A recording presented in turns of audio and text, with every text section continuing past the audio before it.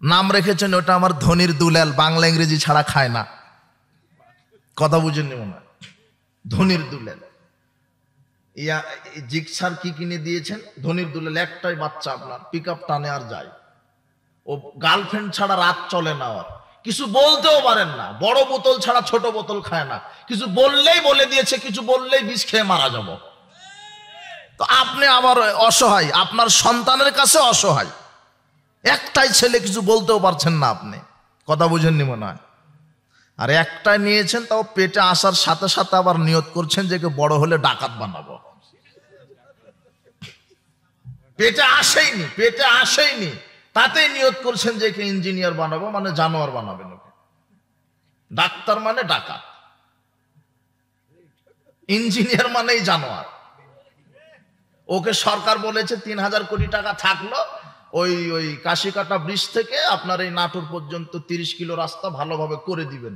ও ৩,০০০ কোটি থেকে ১,৫০০ কোটি টাকায় খেয়ে নিয়েছে, আর ১,৫০০ কোটি টাকা দিয়ে রাস্তা বানিয়েছে। তাই তো ১০ বছর যাওয়ার কথা ২ বছরই যায় না রাস্তা। এ হলো একটা চিটার, এটা জানোয়ার। ডাক্তার রোগীর সাথে প্রতারণা করে। মরা মানুষকে সিসিউতে রেখে বলছে চিকিৎসা হচ্ছে, ৫ লক্ষ টাকা দেন। এ হলো ডাক্তার। আপনি এটাই তো নিয়ত করছেন। আপনি শুধু ডাক্তারের কাছে গিয়ে বলবেন যে যত বড় ডাক্তার সে তত বড় বাটপার। এখন আপনি শুধু বলবেন যে আমার মাথা ব্যথা, ঘুমাতে পারি না, ও ১০টা পরীক্ষা দিবে। তখন কয়টা দিবে? 10টা। পেশাব পরীক্ষা দিবে, পায়খানা পরীক্ষা দিবে, রক্ত, কিডনি সব পরীক্ষা দিবে। দিয়ে বলবে যে ২০,০০০ টাকা শুধু পরীক্ষাতে, চিকিৎসা শুরুই হয়নি, শুধু পরীক্ষাতেই কয় হাজার? ২০,০০০। এরপরে ধীর স্থির ভাবে প্রেসক্রিপশন লিখবে। প্রেসক্রিপশন লিখতে বসে এখানে আবার আর এক দুর্নীতি। এ ভালো করে জানে যে আপনার কোন ওষুধ বা কোন কোম্পানির কোন ওষুধটা প্রয়োজন, ওষুধটা লিখবে না, লিখবে হলো ওই কোম্পানির ওষুধটা যেই কোম্পানি তাকে ঘুষ দিয়েছে। এ হলো ডাক্তারের নামে বাটপাড়ি। এখানে নিয়ত করছেন। আর পেট থেকে বের হওয়ার পর দুধ ছাড়ার সাথে সাথে হাফ কেজি আদাসের 1 পোয়া কিন্ডার গার্ডেনে পাঠিয়ে দিলেন আপনি। কি কেজি বের হয়নি নাকি? এখন কেজিতে পড়ে, বলছে আমার ছেলেটা কেজিতে পড়ে, কিন্ডার গার্ডেনে পড়ে, নার্সারিতে পড়ে। আর এখন আবার আর একটা ট্র্যাডিশন বেরোছে, দেখবেন বাচ্চার সাথে বাচ্চার মা ফ্রি। না, ওদের জন্য আলাদা গেস্ট রুম থাকে। এখন যে শিক্ষক বাচ্চাকে পড়ায় ও আধা ঘন্টা বাচ্চার ক্লাস করে, আধা ঘন্টা মায়ের সাথে ক্লাস করে। বলছে যে ভাবি বসেন, ভাবি বসেন, কি খেয়ে এসেছেন, কি খেয়েছেন? আমরা কি দাওয়াত টাওয়াত পাই না নাকি? অবাক। বউ আপনাকে কি বলেছে? আপনি তো মাস্টার্স পাস করেছেন, কই কেজিতে তো পড়া লাগেনি আপনার। আর যে যত কেজি কিন্ডার গার্ডেন, প্লে, নার্সারি বাংলাদেশে তৈরি হয়েছে, অধিকাংশ এক একটা নাস্তিক তৈরির বড় বড় কারখানা এক একটা, যেখানে না আলিফ বাতা আছে, না বিসমিল্লাহ আছে, না অজুর দোয়া আছে, না জানাজার দোয়া আছে, না সালাতের পদ্ধতি আছে, পড়াচ্ছেন আপনি। আর এটা যে একটা ইসলাম থেকে দূরে সরানোর একটা প্রতিক্রিয়া, আপনি তো বুঝেননি। এই দেশে যারা কলেজ ইউনিভার্সিটিতে পড়ে, শয়তানেদের ক্লাস দিয়েছে দুপুর 12টার থেকে 11টা 12টা থেকে এদের ক্লাস, যারা কলেজ ইউনিভার্সিটিতে পড়বে। কথা বুঝেননি মনে হয়।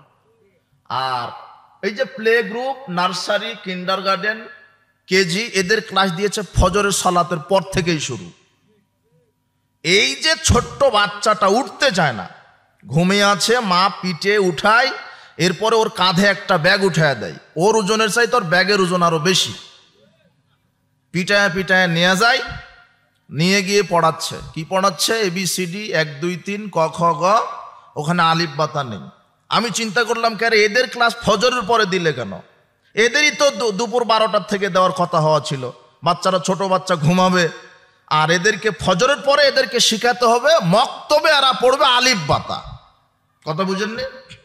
এদের জন্য তো মক্তব চালু করা উচিত ছিল।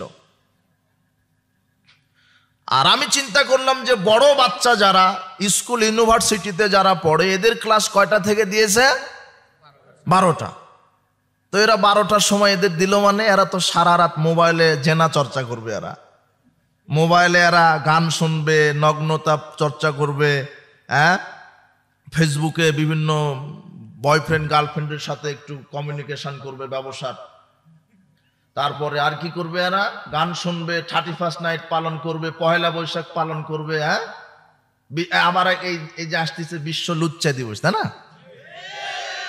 বিশ্ব লুচ্চা দিবস আসতেছে, এগুলি তো পালন করতে গিয়ে এদের তো সারা রাত চলে যায়।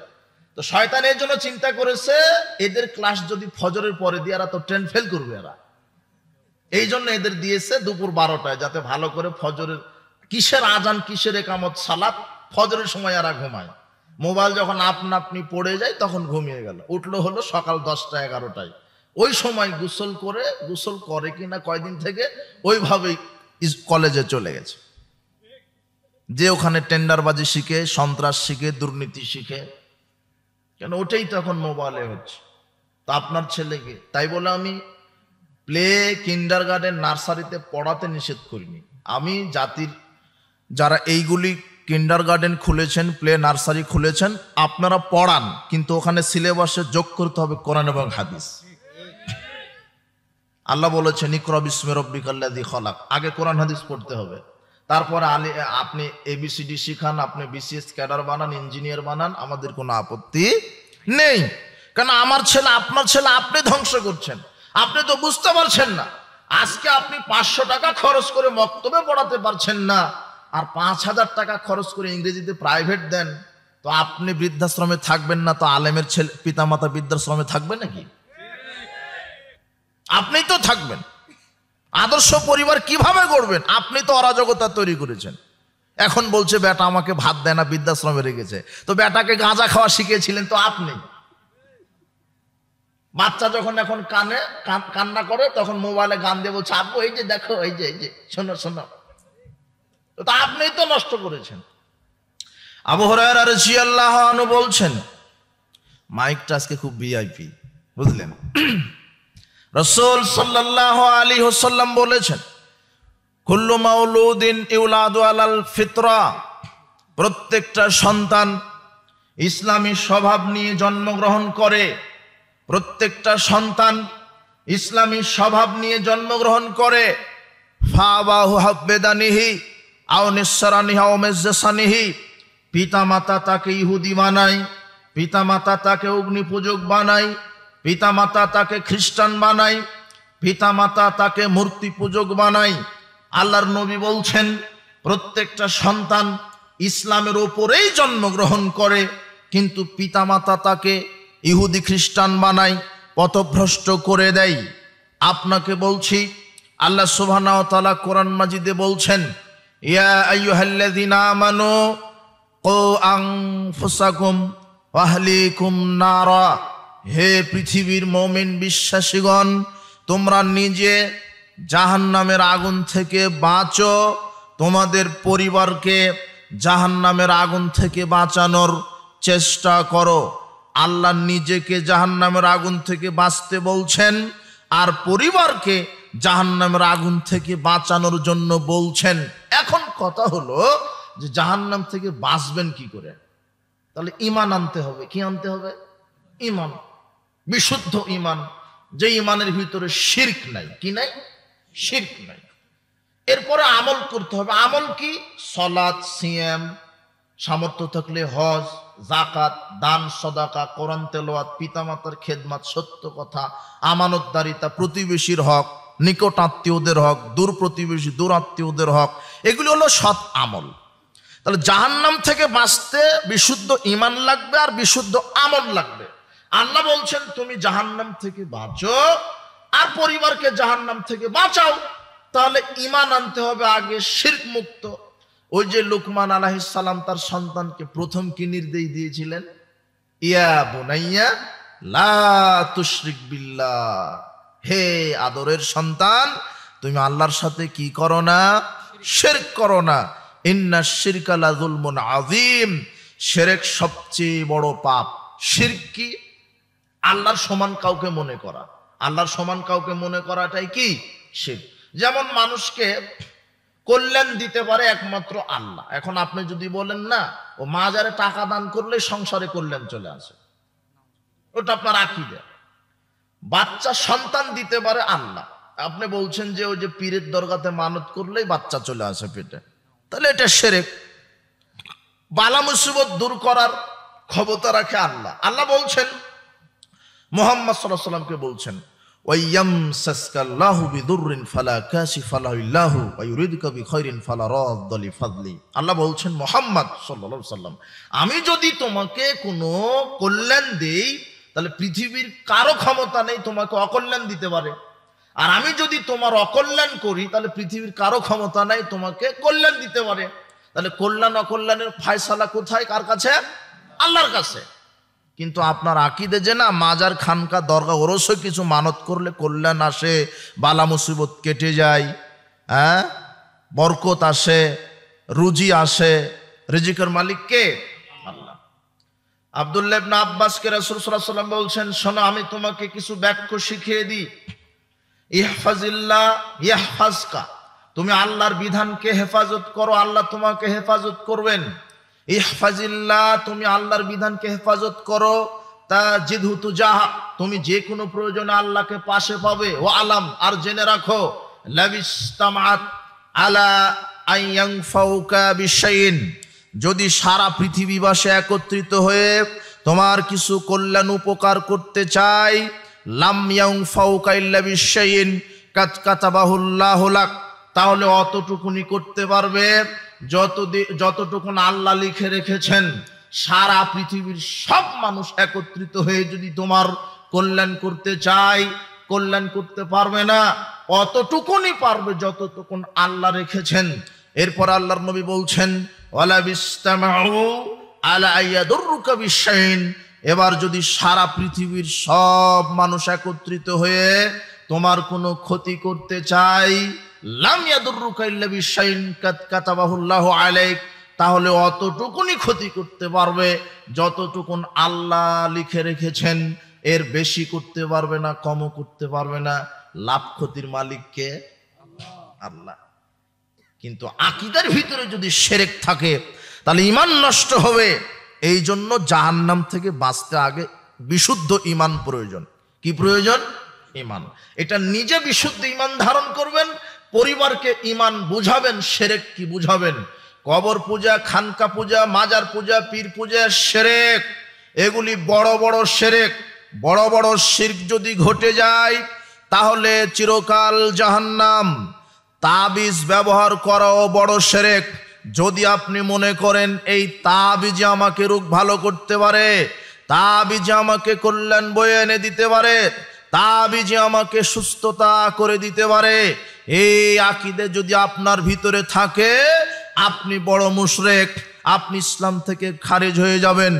আজকে কত মানুষকে আমরা দেখি তারা তাবিজ ব্যবহার করে কল্যাণের আশায়, বরকতের আশায়, বালা মুসিবত থেকে বাঁচার আশায়, রোগ মুক্তির আশায়। অথচ উকবা ইবনে আমির রাদিয়াল্লাহু আনহু বলছেন, আকবালা ইলাইহি রাহতুন ইলান নবী সাল্লাল্লাহু আলাইহি ওয়াসাল্লাম, রাসূল সাল্লাল্লাহু আলাইহি ওয়াসাল্লামের কাছে 10 জন ব্যক্তি আসলেন, এসে বললেন আমরা ইসলাম কবুল করতে চাই। ফাবায়াতিস আতানাম সাকানাহিদিন, রাসূল সাল্লাল্লাহু আলাইহি ওয়াসাল্লাম 9 জনকে ইসলাম কবুল করিয়ে দিলেন, আর একজনকে ইসলাম কবুল করালেন না। সাহাবীগণ অভিযোগ করলেন, আল্লাহর নবী, বায়াতাতিস আতানা তারাকতা হাদা, আপনি 9 জনকে ইসলাম কবুল করিয়ে দিলেন আর একজনকে ইসলাম কবুল করালেন না, আর কি অপরাধ? তখন আল্লাহর নবী বলছেন, ইন্না আলাইহি তামিমা, দেখো এই শরীরের ভিতরে, এই ব্যক্তির শরীরের ভিতরে তাবিজ আছে।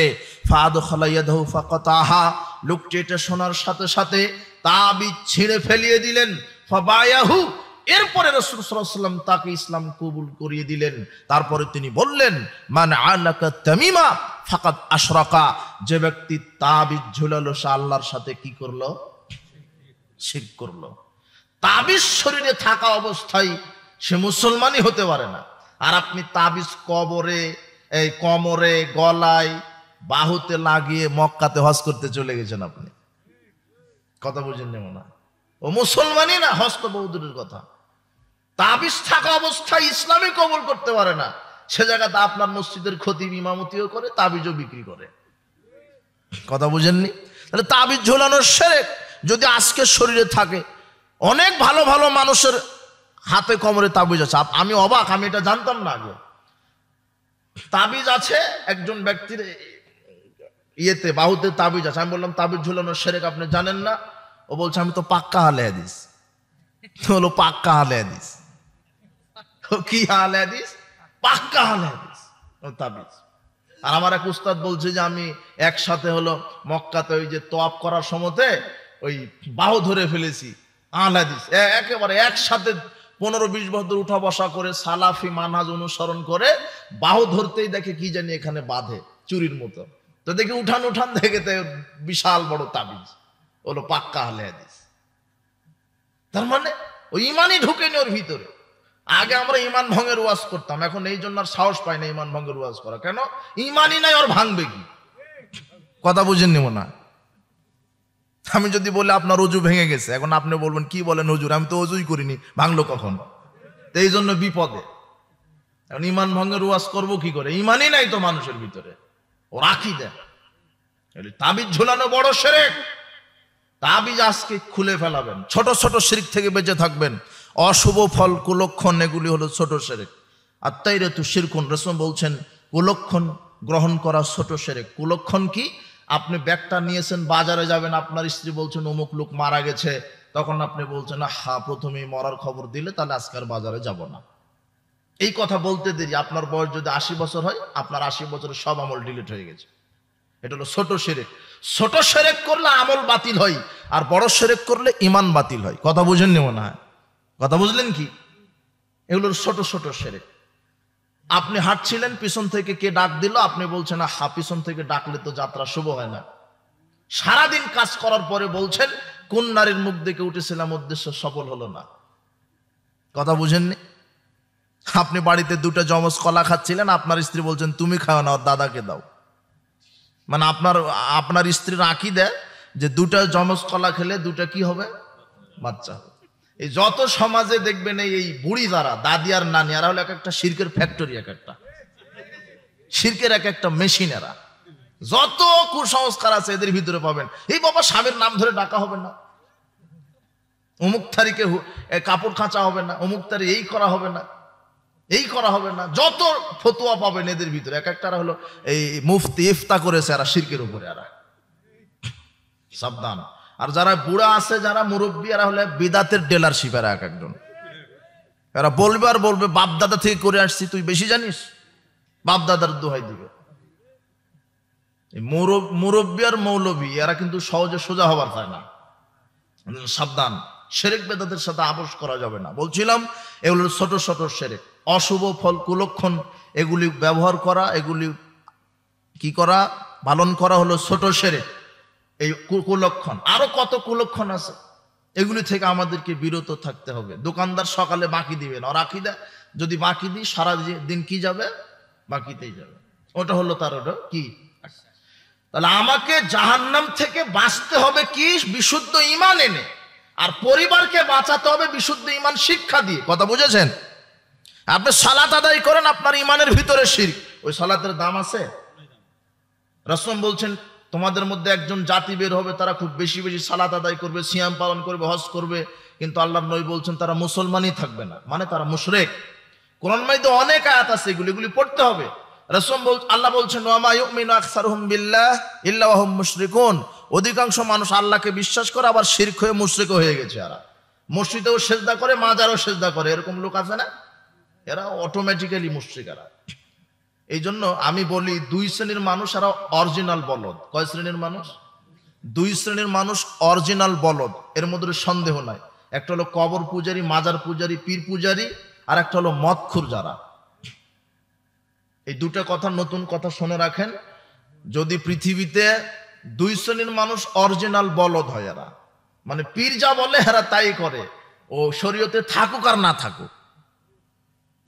ও মাজারে মানত করছে, মনে করেন আব্দুল কাদের জিলানির মাজারে 10টা টাকা মানত করলো, বা 500 টাকা দিল, শাহজালাল সিলেটের মাজারে দিল, আটরশির মাজারে দিল, মাছ ভান্ডারী পীরের মাজারে দিল 500টা টাকা।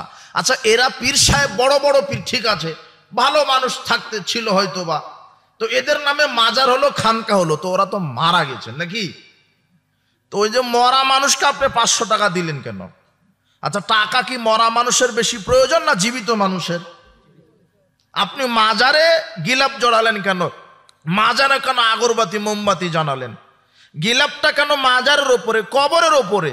গিলাপটা তো একটা এতিম বাচ্চার গায়ে জড়াই দিতে পারতেন। কথা বুঝেননি? কত রেল লাইনে, গাছতলাতে, ট্রেন স্টেশনে দেখবেন এতিম বাচ্চা, বিধবা, অনাথ, বৃদ্ধ বৃদ্ধা শীত কাতুরে হয়ে ঘুমাতে পারছে না, এরকম লোক চোখে পড়ে না? তো আপনি তো 500 টাকা দিয়ে কম্বল কিনে ওই গায়ের উপরে, জীবিত মানুষের গায়ের উপরে চাদরটা জড়িয়ে দেওয়া উচিত ছিল। আপনি কবরে জড়ালেন কেন? তার ওর চাইতে বলদার আছে কেউ? কথা বুঝেননি? আর যে মাজারে লোকটা মারা গেছে, ওই শত শত বছর পূর্বে কত বড় পীর ছিল না কি ছিল, মারা গেছে লোকটা, কবরে মরে হাড়হাড্ডি পড়ে আছে। আর আব্দুল কাদের জিলানী বাংলাদেশে আসেনি, তার নামে কত ভুয়া খবর আছে। এর বলদের ওপরে বলদেরা। কথা বুঝেছেন? তাহলে যে 500 টাকা দিলেন মাজারে, তো 500 টাকা খেলো কে? এটা তো এরা চিন্তা করেনি কোনোদিন।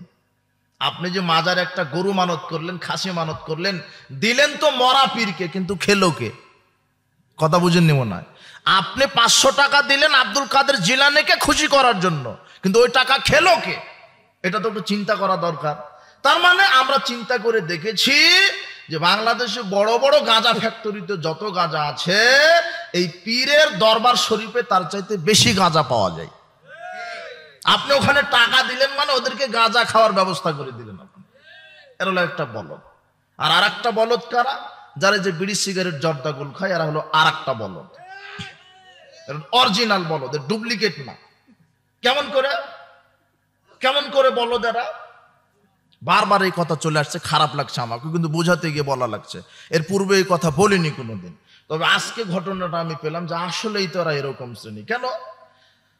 আশ্চর্য পৃথিবীতে একটা খাবার যার নাম মাদক, আশ্চর্য একটা ভিআইপি খাবার যার নাম একটা মাদক। আপনি বাচ্চাকে কি ল্যাকটোজেন খাওয়ায় নাকি? ড্যানো, দুধের তৈরি করা এগুলা নাকি? হ্যাঁ, এগুলা। এখন ওই যে ল্যাকটোজেন কিনতে গেছেন, ল্যাকটোজেনের প্যাকেটের গায়ে লেখা আছে ল্যাকটোজেন পান করলে ক্যান্সার হবে। তারপরে কি আর বললে তুমি? ড্যানো, এই নেসলা এটা খেলে ক্যান্সারের কারণ। ড্যানো খাওয়া, বিষ পান করা, এগুলি যদি লেখা থাকে, দোকানদারকে আপনি ওখানে ছেড়ে দিবেন নাকি? তাই বেটা, এটা খেলে ক্যান্সার হবে তো বিক্রি করিস কে? বলবেন না? বলবেন কি না?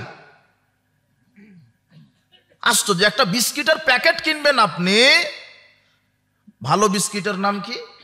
যাই হোক, একটা বিস্কিটের প্যাকেট কিনলেন, তো বিস্কিটের গায়ে যদি লেখা থাকে যে বিস্কিট খাওয়া ক্যান্সারের কারণ, তাহলে ওই বিস্কিট কিনবেন? দোকানদারকে আগে কি করবেন? মায়ের, আরে বেটা, এই ক্যান্সার হবে তো কেমন বিস্কিট বিক্রি করিস তুই বের হ না, কি বলেন? হ্যাঁ, বিস্কিট কিনছেন, বিস্কিটের গায়ে লেখা আছে বিস্কিট খেলে ক্যান্সার হবে, এই বিস্কিট খাওয়া মৃত্যুর কারণ, আপনি কিনবেন না। কিন্তু এক শ্রেণীর বলদ আছে, লেখা থাকে গায়ে যে ধূমপান বিষ পান, ধূমপান ক্যান্সারের কারণ, তারপরেও খায়। এদেরকে আমি কি বলবো বলেন তো? কথা বুঝেছেন কিছু? আর ওই যে উস্তাদ মনে একটা উদাহরণ দিয়ে গেছে, যে কি, ওই যে তামাকের উদাহরণ দিয়ে গেছে না? আমরা মাঝে মাঝে, এই গতকালকে রংপুর গেছিলাম, এই আমার ড্রাইভার কোথায়, ও বলছে যে এগুলা কি, এগুলা রংপুর গেছি, লালমনিরহাট, একর জমিতে তামাক চাষ হয়ে আছে, একর জমি। এখানে বক্তব্য দিচ্ছে আর ওখানে তামাক পাতা চাষ, মানে জমির ধারে আমি বক্তব্য দিচ্ছি। আমি ওদেরকে বলছি আজকে তওবা করবেন, আগামীকাল থেকে ভিক্ষা করে খেতে রাজি থাকেন, তাও তামাক চাষ করবেন না। এই কথা ওখানে গতকাল বলে এসেছি।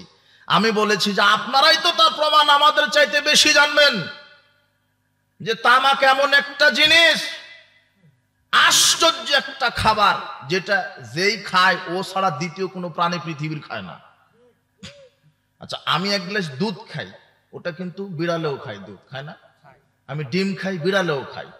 আমি একটা রুটি খাই, কুকুরেও খাই। আমি একটা মাছ খাই, কুকুরেও মাছ খাই। কিন্তু আমি যেটা খাই, সেটা আমি ছাড়া দ্বিতীয় কোনো প্রাণী খায় না। সেটা কি খাবার?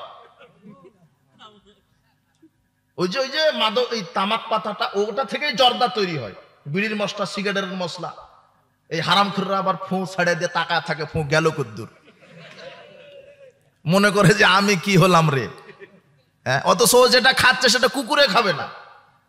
তামাক যেখানে চাষ হচ্ছে, তামাক যেখানে চাষ হয়, ওটাই আবার নকল করি উস্তাদের কথা। শামসুর রহমান আজাদী সাহেব বলে গেলেন যে ওখানে কি, আমরা তো রাজশাহীর মানুষ না, যে নাটোর রাজশাহীর মানুষ, পটল বেগুন চাষ করেন, আমরা নেট দিয়ে বেড়া দিই বা বাঁশ দিয়ে ঘেরাও দিই, কেন? গরু ছাগলে যাতে না খায়। কিন্তু ভাই যারা তামাক চাষ করে এরা কিন্তু বেড়া দেয় না। ওদেরকে জিজ্ঞাসা করবেন কেন বেড়া দেন না, তখন ওরা সুন্দরভাবে উত্তর দেয় যে না, কোনো টেনশন নাই, এটা ছাগলে খায় না, এটা গরুয়ে খায় না, বান্দরে খায় না, কুকুরেও খায় না, কুকুর তো ভালো, শুয়োরেও খায় না, খায় শুধু হুজুরেরা খায়। আর বলে মকরুহ। আর কি বলে? মকরুহ। এদের তো লজ্জা শরম থাকা দরকার।